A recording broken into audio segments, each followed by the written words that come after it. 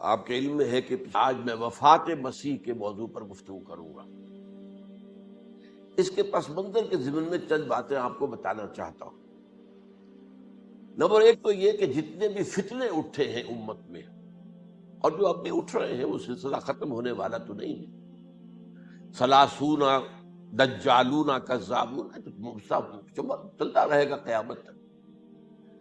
تو ان میں ایک مشترک بات یہ ہوتی ہے کہ وہ کسی ایسے مسئلے کو جس پر کہ موجودۃ الوقت حالات جو ہوتے ہیں ان کے مطابق فضا سازگار ہوتی ہے، اور اس کا کوئی جذباتی پہلو بھی ہوتا ہے، لیکن جو امت کے اجماع کے خلاف ہوتا ہے اس پر ڈیرا لگاتے ہیں، اس پر گفتگو کرتے ہیں، اس کو لوگوں کے منوا لیتے ہیں۔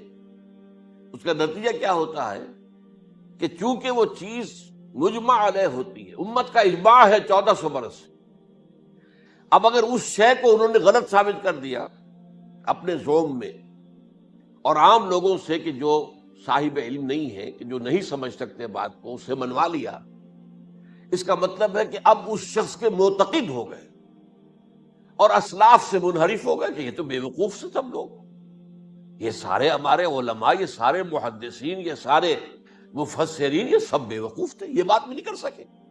یہ ہے وہ شخص، یہ مجدد وقت ہے جس نے یہ بات کہی۔ اس کی ایک مثال یہ ہے وفات مسیح کا معاملہ۔ اس کی ایک مثال میں آپ کو دیتا ہوں، دوسرا فطرہ، وہ بھی غلام احمد کے نام سے شروع ہوا، غلام احمد پرویز۔ وہ یتیم پوتے کی وراثت کا یہ مسئلہ لے کر کھڑا ہو گیا۔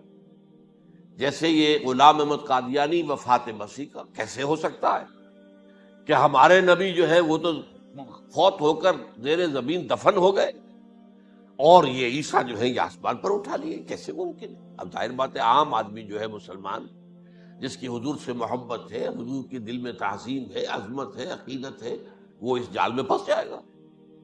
پھر وہ اپنے دلائل کے ساتھ اس کو جو ہے وہ، اور چونکہ ماحول بھی جو میں سب عرض کروں گا کہ اس کے موافق ہو جاتا ہے اس وقت۔ غلام احمد پرویز نے کیا کہ یتیم پوتے کا مسئلہ، اب یہ اجماع ہے، اگر کسی شخص کا کوئی بیٹا اس کی زندگی میں فوت ہو جائے تو اس کا وراثت میں حصہ نہیں ہوتا، وراثت ہوتی ہے انہی میں جو اس کی موت کے وقت موجود ہو، بیٹے ہوں بیٹیاں ہوں۔ اب اگر جو فوت شدہ بیٹا ہے اس کے کوئی یتیم بچے ہیں، تو اب اس میں بڑی ایک جو ہے دلیل، اور دیکھیے جی یتیم بچے بیچارے وہ محروم ہو گئے، یتیم بچوں کا تو زیادہ حق ہونا چاہیے۔ تو یہ تو قانون جو ہے، اگر یہ اس پر اجماع ہے تو پھر وہی بات کہ یہ سب بے وقوف لوگ تھے، اور یہ تو بڑے سخت دل اور سنگ دل لوگ تھے جنہوں نے یہ بات گھڑ رکھی ہے۔ یہ میں نے آپ کو دو مثالیں دی۔ اب ظاہر بات ہے کہ جو اسلام کا قانون میراث ہے، قانون وراثت ہے، اس کے کچھ بنیادیں ہیں، اس کے کچھ اصول ہیں، ان اصولوں پر وہ کھڑا ہے، اور اس کے مطابق جو فیصلہ ہے وہ ہے۔ تو بہرحال یہ میں نے آپ کو مثال دی ہے کہ کسی ایسے مسئلے کو لے کر اس پر ڈیرا لگا لینا، مورچہ بنا لینا، اس سے اپنی عقیدت پیدا کر لینا، اسلاف سے برگشتہ کر لینا کہ یہ کوئی لوگ سمجھدار نہیں تھے، یہ بے وقوف لوگ تھے، جاہل لوگ تھے۔ اچھا، اب اسی پس منظر میں سمجھیے کہ 19ویں صدی کے اواخر میں کیا صورتحال ہندوستان میں ہو گئی تھی۔ انگریز آ گیا تھا، اور 1857 کے بعد اس کی براہ راست حکومت قائم ہو گئی تھی۔ اس سے پہلے 1757 سے 1857 تک جو بھی حکومت تھی، ایک تو پورے ہندوستان پر نہیں تھی، لیکن یہ کہ جو بھی تھی وہ ایسٹ انڈیا کمپنی کی تھی، تاج برطانیہ کی نہیں تھی۔ 1857 کے بعد حکومت قائم ہو گئی۔ اب ظاہر بات ہے کہ جب انگریزوں نے فتح کیا ہمیں، تو ہم پر روب طاری ہوا کہ نہیں؟ پھر جو زندہ قومیں ہوتی ہیں ان میں کچھ اچھے اوصاف ہوتے ہیں، ان کے اندر فرض شناسی ہے، ان میں دیانت داری ہے۔ انگریز ڈپٹی کمشنر تھا، 9 بجے کا وقت ہے تو ٹھیک 9 بجے دفتر میں موجود ہوگا۔ ہمارے لوگ جو آ رہے ہیں لیٹ آرام سے، لیکن یہ ہے کہ ان کی یہ چیزیں جو ہوتی تھی، پھر بات اگر کی ہے تو اس کو پورا کیا ہے، اس حوالے سے ان کا روب ہوتا ہے۔ اسی طور پر اس زمانے میں ایک صورت یہ پیدا ہو گئی کہ نیوٹن کی فزکس آ گئی، اور معلوم ہوا کہ یہ تو گویا کہ آسمان کی وحی سے بھی زیادہ معتبر ہے۔ سائنس سے جو بات ثابت ہو جائے بس وہ حق ہے، اور جو ثابت نہ ہو سکے وہ ایسے ہی ہے، وہ تو گویا کہ اوہام ہے، ان کی کوئی حیثیت نہیں۔ اب اس ضمن میں کیا ہوا، اس وقت جو ہے سر سید احمد خان ایک شخصیت ابھری، انہوں نے جب دیکھا کہ اسلام کی بہت سی چیزیں جو ہیں وہ سائنٹیفک یا سائنٹیفک جو انداز فکر ہے اس میں فٹ نہیں بیٹھتی. یہ فرشتے کس بلا کا نام ہے؟ سائنس تو نہیں بتاتی اب. لہذا انہوں نے کہا فرشتہ کوئی نہیں ہے. یہ فورسز آف دی نیچر کو فرشتہ کہہ دیا گیا. یہ جن کیا بلا ہوتے؟ کوئی جن ون نہیں ہے. وہ تو سائنس کی اس میں تو نہیں آتے، دکھائی نہیں دیتے، کوئی جن نہیں. یہ تو جو مشتعل مزاج کے لوگ ہوتے ہیں انسان، ان کو جن کہہ دیا گیا کہ وہ آگ سے پیدا ہوئے. جیسے ہم کہہ دیتے ہیں فلاں شخص غصے میں آگ بگولا ہو گیا، تو وہ آگ تھوڑی ہو جاتا. یہ تو استعارہ ہے. اس طرح یہ جو معجزات ہے یہ کوئی شے نہیں، ان کی بھی فزیکل توجیحات. یہ حضرت موسیٰ جب پار ہوئے اپنی قوم کو لے کر سمندر کے، تو یہ کوئی معجزہ نہیں تھا. یہ کوئی حضرت موسیٰ کی ضرب کی وجہ سے پھٹا نہیں تھا سمندر، بلکہ وہ تو مد و جزر کا معاملہ تھا. جس وقت سمندر اترا ہوا تھا، جزر میں تھا، تو موسیٰ اپنی قوم کو لے کر گزر گئے. جب فرعون آیا اپنے لشکر کے ساتھ تو سمندر مد پر آ گیا، چڑھایا، لہذا وہ ہلاک ہو گیا. تو معجزات کا انکار، ان تمام کے اندر ایسی فضا پیدا ہو گئی تھی کہ جو عقلی اور سائنٹیفک، عقلی سے آگے بڑھ کر، ایک تو عقلی ہوتا منطقی، ایک ہے عقلی سائنٹیفک، کہ اس کے حوالے سے جو چیز اسلام کی فٹ نہیں بیٹھی. جیسے کہ آپ کہتے ہیں round peg in a square hole اور square peg in a round hole. اب اسکوئر پیگ ہے، راؤنڈ ہول ہے، تو آپ کو اس کے کونے تراشنے پڑیں گے تب وہ اس ہول میں جائے گا. لہذا انہوں نے وہ کونے تراشے. اسی کے طرز پر پھر چلے ہیں جو آپ کو معلوم ہے علامہ مشرقی. انہوں نے بھی جب شروع کیا اپنا دھندا تو ان کے پہلے کتابچے کیا تھے؟ مولوی کا غلط مذہب نمبر 1، مولوی کا غلط مذہب نمبر 2، مولوی کا غلط مذہب نمبر 3. چھوٹے چھوٹے کتابچے شائع کر رہے ہیں. مولویوں سے علماء سے برگشتہ کر دیے. اب معلوم ہوا کہ یہ شخص ہے مجدد وقت. یہ مولویوں شولویوں کے پاس تو کچھ نہیں ہے. اسی کا معاملہ پھر وہ انکار حدیث کی شکل میں آیا، جن میں کہ ایک بڑی شخصیت جو ہے وہ غلام احمد کی، غلام احمد پرویز. کیونکہ اللہ تعالیٰ نے اسے صلاحیت دی تھی، اچھا انشا پرداز تھا، لکھنا اچھا آتا تھا، بولتا بھی اچھا تھا. تو ظاہر بات ہے فتنہ وہی شخص پیدا کر سکتا ہے جو باصلاحیت ہو. جس میں کوئی صلاحیت نہیں وہ کیا فتنہ پیدا کرے گا؟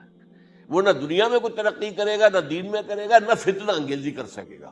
وہ تو جیسا بھی ہے معاملہ عام معمول جو ہے لوگوں کا، جیسی بھیڑ چال چل رہی ویسے چل جائے گا.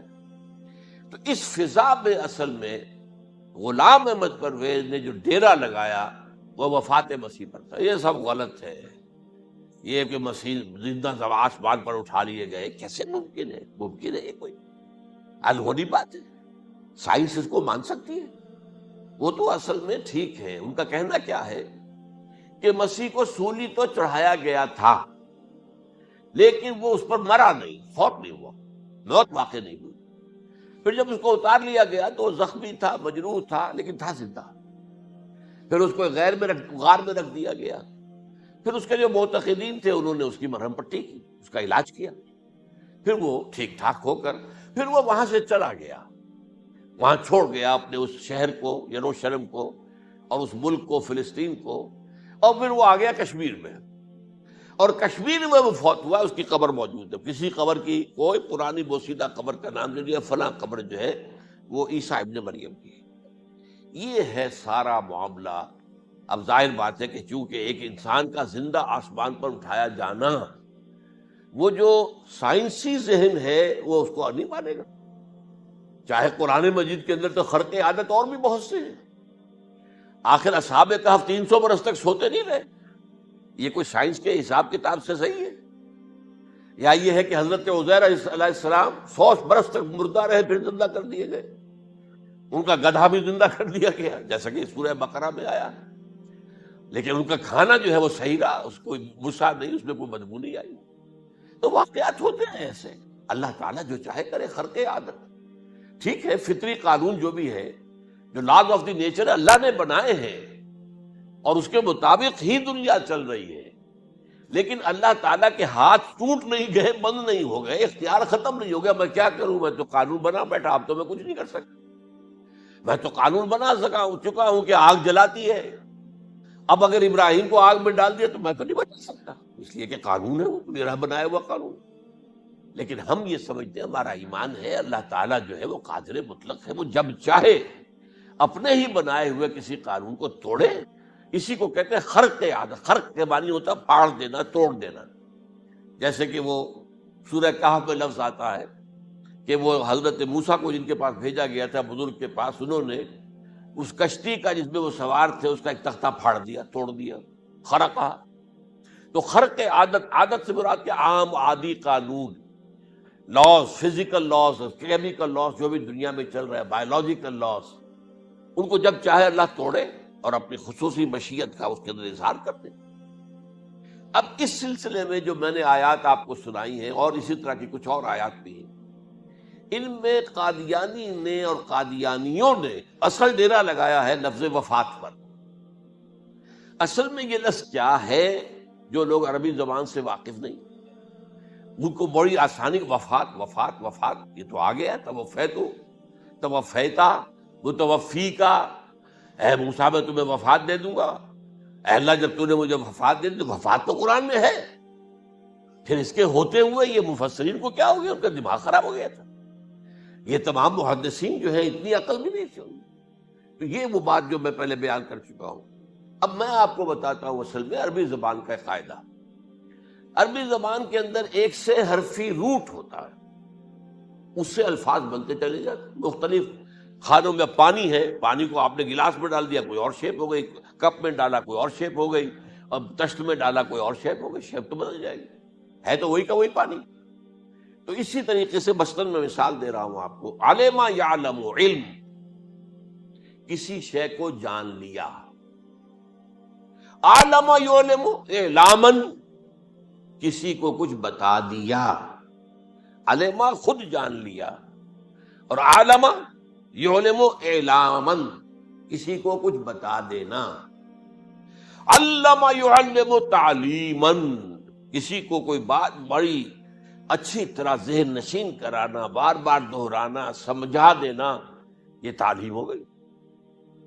تعلم یتعلم تعلمن، خود علم حاصل کرنا.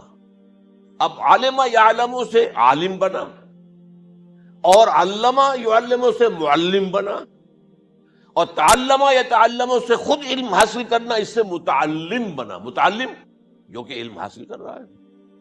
اسی طرح استعلام، علم حاصل کرنا، کسی چیز کے بارے میں جسے ہندی میں کہتے جانکاری حاصل کر لینا، اویئرنس حاصل کر لینا. اب وہی لفظ ہے علم. اب کہیں آپ اس کے مادے کو دکھا کر اور اس کے معنی میں الٹ پھیر کریں گے تو جو شخص عربی زبان سے واقف نہیں وہ تو نہیں جانے گا اس کو. اسی طرح کی مثال ہے وفا، وفا یفی، وقا یقی، وفا یفی، اوفا یوفی ایفاءن، وفا یوفی توفیتن، توفا یتوفا تعفن، اور استیفا. یہ اسی طریقے سے میں نے مثال آپ کو دے دی. وفا یفی کے مادے سے اس مصدر سے کوئی لفظ قرآن میں نہیں آیا، لیکن اردو میں آپ کو معلوم ہے نا، بڑا پیارا مصرع ہے. وہ وعدہ ہی کیا جو وفا ہو گیا. بھئی وعدہ وفا کرو، وعدہ پورا کرو. اس کے معنی ہے پورا کر دینا، کسی کو کوئی چیز پوری دے دینا. اور اس کے بعد اوفا یوفی، اس کے معنی بھی وہی ہے، بھرپور. اس سے بنے گا اوفو بعہدی اوف بعہدکم. یہ جو سورہ بقرہ کے 5ویں رکوع میں آیا ہے، یہودیوں تم میرے عہد کو پورا کرو تو میں تمہارے عہد کو پورا کروں گا. تم میرے عہد کو پورا کرو. میں نے تم سے عہد لیا تھا کہ جو رسول نبی امی آئیں گے، نبی رسول امی، اس کو تمہیں ماننا ہے، اس کا ساتھ دینا ہے. اوفو بعہدی، اب اس عہد کو پورا کرو. اوف بعہدکم، تو میں تمہارے ساتھ برکات خیرات جیسی پہلے رہی ابھی باقی رکھوں گا. وفا یوفی، پورے اہتمام سے پورا کر دینا، کسی کو دے دینا چیز پورے اہتمام کے ساتھ. جیسے علم یعلم، پورے اہتمام کے ساتھ درجہ بدرجہ ایک بات ذہن نشین کرنا. یوفی، اس کا جیسے وَإِبْرَاهِيمَ الَّذِي وَفَّى، ذرا اس ابراہیم کا تذکرہ کرو جس نے سارے تقاضے جو اللہ کے تھے پورے کر دیے، بھرپور. جو امتحان آیا اس میں وہ ثابت قدم نکلے. توفا یا توفا، یہ آیا کسی شے کو پورا پورا لے لینا. اب ایک ہے پورا پورا دے دینا، ایک ہے پورا پورا لے لینا، ایک ہے کسی کو علم دینا، علم یعلم تعلیما، کسی کو پورا دینا، وفا یوفی توفیتن، کسی سے علم حاصل کرنا، تعلم یتعلم تعلما، کسی سے پورا پورا لے لینا ہے، توفا یتوفی، اور اسی طرح استیفاء، کسی سے پورا لے لینا۔ یہ لفظ آیا ہے ویل للمطففین الذین اذا اکتالوا علی الناس یستوفون واذا کالوہم ووزنوہم یخسرون۔ ہلاکت و بربادی ہے ان ڈنڈی مارنے والوں کے لیے جو جب تول کر لیتے ہیں تو پورا لیتے ہیں، اور جب دیتے ہیں تو اس میں کمی کر دیتے ہیں، ڈنڈی مار جاتے ہیں۔ الا یظن اولئک انہم مبعوثون، کیا انہیں یاد نہیں رہا ہے کہ یہ دوبارہ اٹھائے جائیں گے، اللہ کے سامنے کھڑے ہوں گے، حساب ہوگا پورا پورا پیسے پیسے کا۔ تو یہ میں نے آپ کو اس گردان سے بتا دیا کہ ایک ہی لفظ جو ہے وہ کتنے معنی دے رہا ہے۔ مادہ ایک ہے، وفا یوفی پورا کر دینا، اوفا یوفی پورا کر دینا، لیکن توفا یتوفی پورا لے لینا، استیفاء پورا لینا، اذا اکتالوا علی الناس یستوفون واذا کالوہم ووزنوہم یخسرون۔ اب دیکھیے اس میں قرآن مجید جو ہے اس کے ضمن میں سب سے جو فیصلہ کن آیت ہے وہ سورہ زمر کی ہے، اور یہ جو میں نے پچھلی مرتبہ بھی آپ سے کہا تھا، لا یاتیہ الباطل من بین یدیہ ولا من خلفہ، قرآن پر باطل حملہ آور ہو ہی نہیں سکتا، نہ سامنے سے نہ پیچھے سے۔ اب دیکھیے یہ ساری آیتیں جن میں حضرت مسیح کا ذکر ہے اور وفات کا لفظ جو ہے مختلف صورتوں میں استعمال ہوا ہے، اس میں سورہ زمر جو کہ مکی صورت ہے اس میں ہے وہ کانٹے دار آیت جس سے مسئلہ حل ہوتا ہے۔ وہ کیا ہے؟ وہ میں نے آپ کو سنائی ہے، اللہ یتوفی الانفس حین موتہا، اللہ قبض کر لیتا ہے، لے لیتا ہے نفس کو اس کی موت کے وقت، واللتی لم تمت فی منامہا، اور جس کے مرنے کا وقت نہیں آیا، مرا نہیں ہے، اس کی نیند میں لے لیتا ہے۔ فیمسک التی قطع علیہ الموت، تو جس پر موت کا فیصلہ ہو چکا ہے اس کو تو روکے رکھا ہے، موت کے وقت لیا اور روکے رکھا، اور ویرسل الاخری الی اجل مسمی، اور جو دوسرے ہیں جن کی موت کا وقت نہیں آیا ان کو مؤخر کر دیتا ہے، واپس کر دیتا ہے، لوٹا دیتا ہے۔ سوال یہ، نیند میں کیا چیز اللہ لیتا ہے؟ کیا جان لیتا ہے؟ ظاہر بات ہے نہیں، شعور نہیں چلا۔ ایک ہے انسان کا شعور، وہی تو سب سے اعلیٰ شے ہے، سب سے اونچی چیز تو وہی ہے۔ یہ شعور ختم ہو گیا تو انسان کہاں رہا؟ اس کے نیچے جو کچھ ہے وہ تحت شعور ہے، سب کانشیس مائنڈ۔ تو خواب واب جو ہوتے ہیں وہ سب کانشیس مائنڈ کے ہوتے ہیں، وہ کانشیس مائنڈ کے تو نہیں ہوتے۔ جو کانشیسنس ہے، شعور جو ہے، اور خاص طور پر خود شعوری، وہ نیند میں اللہ سلب کر لیتا ہے۔ تو محض شعور کے لیے بھی وفات کا لفظ آ گیا۔ ابھی تو جان یہی ہے، جو سویا ہوا ہے وہ مرا تو نہیں ہے، زندہ ہے۔ البتہ جب جس کو ہم موت کہتے ہیں وقت آیا تو شعور بھی لے لیا، جان بھی لے لی، دو چیزیں لے لی۔ حضرت عیسیٰ پر پورا اطلاق ہوا، مجسم عیسیٰ کو لے لیا، شعور بھی لے لیا، جان بھی لے لی اور بدن بھی لے لیا۔ تو گویا کہ لفظ توفا کا کامل اطلاق تو صرف عیسیٰ پر ہو رہا ہے۔ ہم جب مرتے تو ہمارا جسم تو یہی رہتا ہے، وہ تو گیا قبر میں، پورا قبض نہیں کیا اس نے، پوری شے کو اپنے قبضے میں نہیں لیا، جسم تو یہی ہے۔ لیکن یہ کہ موت کے اندر ظاہر بات ہے کہ جان گئی، اور جان ہی ایسا چیز ہے، جب جان نکل گئی تو یہ کیا ہے؟ یہ تو یوں سمجھیے کہ اب ایسی چیزیں جلدی سے قبر میں دبا دو ورنہ یہ سڑے گی، گل جائے گی، اور قبر میں بھی کیا ہوگا؟ کیڑے ویڑے کھائیں گے، ختم کریں گے، الا ماشاءاللہ جس کو اللہ چاہے۔ انبیاء کرام اور شہداء کی جسموں کو اللہ تعالیٰ نے محفوظ رکھا ہوا ہے، واللہ اعلم۔ تو اس اعتبار سے تو اب توفا، اللہ یتوفی الانفس حین موتہا، اب لفظ کا لفظ دیکھیے، یہ قرآن مجید میں نہ معلوم کتنے معنی میں آیا۔ ایک تو پورا وجود کسی کا، یہ نفس ہے، میرا نفس، نفسی نفسی نفسی، کیا ہوگا جب قیامت کے دن ہم بول رہے ہوں گے؟ اور جو اللہ کے لیے بھی لفظ آ گیا نفس، نفس کے معنی ہم جب بولتے ہیں عام طور پہ تو وہ تو برے سمجھ میں بولتے ہیں بھائی یہ نفسانی تقاضے ہیں، ان کو ذرا دبا کے رکھو، لیکن یہ نفس یحذرکم اللہ نفسہ، اللہ تمہیں ڈراتا ہے اپنے آپ سے، یعنی اللہ اپنی ذات سے ڈراتا ہے کہ وہ جہاں رؤوف اور رحیم ہے وہاں پر وہ عذاب دینے والا بھی ہے، انتقام بھی لیتا ہے، شدید العقاب بھی ہے۔ تو یہ بھی ہو گیا نفس۔ پھر نفس جو ہے ہم اس کو بھی کہہ دیتے ہیں، جو کہ نفس کی ایک کیفیت ہے خاص، نفس لوامہ، نفس امارہ، نفس مطمئنہ، یا ایتھا النفس المطمئنہ ارجعی الی ربک راضیۃ مرضیہ۔ تو یہاں پر کیا ہے؟ نفس سے مراد پہلا جو ٹکڑا ہے اللہ یتوفی الانفس حین موتہا، شعور جو ہے اس پر لفظ نفس کا اطلاق ہوا، اور جب موت ہوتی ہے تو شعور کے ساتھ جان بھی اس کے اندر شامل، وہ نفس کا اطلاق ہو گیا اس پر بھی۔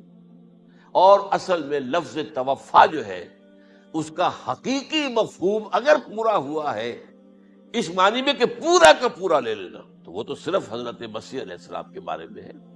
شعور جمع جان جمع جسم، وہ سب کے سب اللہ تعالیٰ نے۔ تو یہ اصل میں اس آیت کے اوپر جو ان لوگوں نے زور لگایا ہے، اس میں اس اعتبار سے کہ یہ لفظ وفات جو ہے اس کے اوپر جو ہے عام طور پر وفات کے معنی ہے موت ہے، حالانکہ قرآن مجید میں موت کا لفظ بھی تو آیا ہے نا، ان موتہا واللتی لم تمت، یہ سارے الفاظ موت کا لفظ بھی تو آتا ہے نا، لیکن یہ کہ وفات کا لفظ بھی ہے، کوئی شک نہیں ہے، حضور کی وفات ہو گئی، فلاں کی وفات ہو گئی، یہ بھی ہے، لیکن یہ اس کا ایک استعمال ہے، وفا یفی، اوفا یوفی، وفا یوفی، توفا یتوفی، استیفا یستعفی، یہ سارے الفاظ اسی سے وفا کے لفظ سے بن رہے ہیں۔ اب یہ کہ اس کے ضمن میں عقلی بات آپ کے سامنے رکھنا چاہتا ہوں، یہ تو میں نے آپ کے سامنے اس لفظ کے حوالے سے، کیونکہ سارا ڈیرا اس لفظ پر ہے ان کا۔ دیکھیے پہلی بات عقلی طور پر یہ ہے جو قرآن سے ثابت ہے، رسول کبھی قتل نہیں ہو سکتا، اور رسول کبھی مغلوب نہیں ہو سکتا۔ اس میں فرق ہے نبی اور رسول کا، نبی قتل ہو سکتا ہے، رسول قتل نہیں ہو سکتا۔ اب یہ علیحدہ بحث ہے نبی کون ہوتا ہے، رسول کون ہوتا ہے۔ اس میں جو اجماع ہے تمام امت کا وہ کیا ہے کہ رسول خاص ہے، نبی عام ہے۔ نبی بہت آئے ہیں، 1.25 لاکھ آئے ہیں بعض روایات کی روح سے، رسول بہت تھوڑے 313 آئے ہیں۔ قرآن مجید میں یوں سمجھیے کہ 20 کے قریب تو انبیاء کا ذکر ہے، اور 5-7 ہیں جو رسول ہیں۔ حضرت نوح رسول ہیں، آدم تو رسول نہیں تھے، نبی تو تھے۔ حضرت شیش رسول تو نہیں تھے، نبی تو تھے۔ حضرت ادریس رسول تو نہیں تھے، نبی تو تھے۔ نبی تو رسول جو ہے پہلے وہ تو حضرت نوح ہے۔ تو اس طریقے حضرت جو ہود ہیں، پھر حضرت صالح ہیں۔ اس حوالے سے نبی اور رسول کے فرق کو سمجھیے تو قرآن کہتا ہے کتب اللہ لاغلبن انا ورسلی، اللہ نے طے کر دیا ہے، لکھ دیا ہے، میں اور میرے رسول غالب آ کر رہیں گے، رسول مغلوب نہیں ہو سکتا۔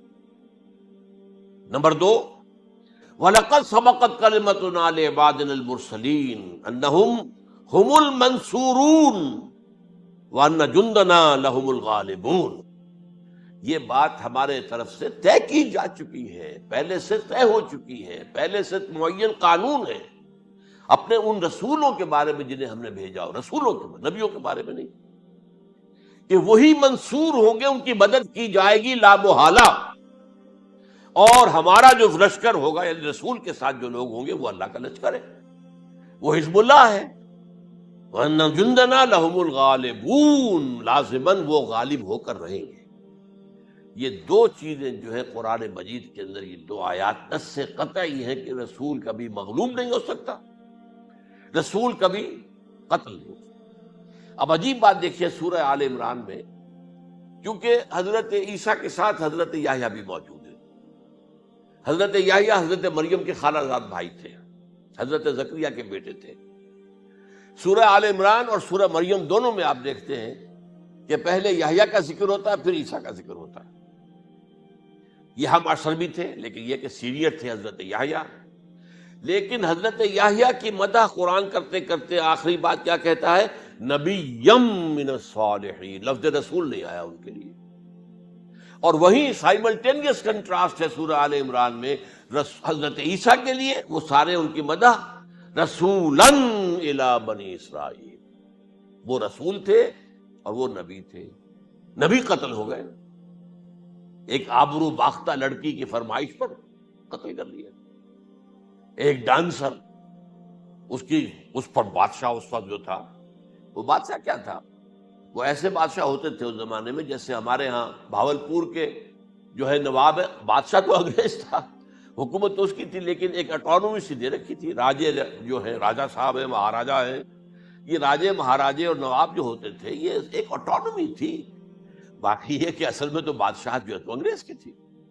تو اسی طرح کی ایک اٹانومی جو ہے حکومت وہاں اس وقت تھی اصل میں رومیوں کی، اس کا گورنر وہاں موجود تھا پائلیٹس پونٹس، لیکن یہ کہ انہوں نے یہودیوں کو ایک مذہبی اٹانومی دے رکھی تھی۔ چنانچہ ہیڈرن ان کا ادارہ تھا، دارالقضاء، جہاں چوٹی کے ان کے فقہا اور لیڈر جو تھے، ربائی، وہ بیٹھتے تھے اور فیصلے کرتے تھے۔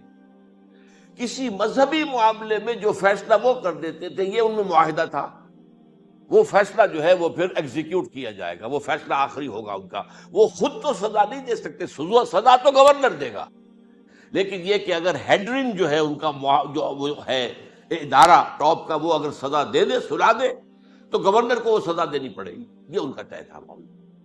تو اس نے حضرت مسیح علیہ السلام کو مرتد قرار دیا، جو ہیڈرن ان کا سب سے اونچا ادارہ تھا۔ تو اس اعتبار سے ان کو جو ہے، لیکن جیسا کہ میں بتا رہا تھا کہ حضرت عیسیٰ رسول تھے، وہ قتل نہیں ہو سکتے تھے، مغلوب نہیں ہو سکتے تھے، لیکن حضرت یحییٰ نبی تھے، ان کو وہی جو اس وقت کا جو یہودیوں میں سے جو بادشاہ تھا نام کا، جو ہیروڈ اینٹیپاس، یوں سمجھیے کہ اس نے کچھ بہت حرام کاری کی ہوئی تھی، شاید اپنے بھائی کی کسی بیوہ کو، وہ مجھے ایگزیکٹلی یاد نہیں ہے، بغیر اس کے کہ وہ عدت پوری ہو، پھر نکاح ہو، اسے اپنے گھر میں ڈالا ہوا تھا، اور اس کی جو لڑکی تھی اس کے اوپر بھی عشق آ گیا تھا، آپ کو دل آ گیا تھا، شادی بھی کرنا چاہتا تھا اس سے، اور اس کا ڈانس تھا، اس پر کہا مانگو کیا مانگتی ہو۔ تو اس نے کہا، اس لیے کہ حضرت یحییٰ جو ہے تنقید کرتے تھے بہت کہ یہ تم کیا حرام کام کر رہے ہو، تم نے جس طریقے سے جس عورت کو گھر میں ڈالا ہوا ہے تم گناہ کر رہے ہو، تم شریعت کے خلاف کام کر رہے ہو۔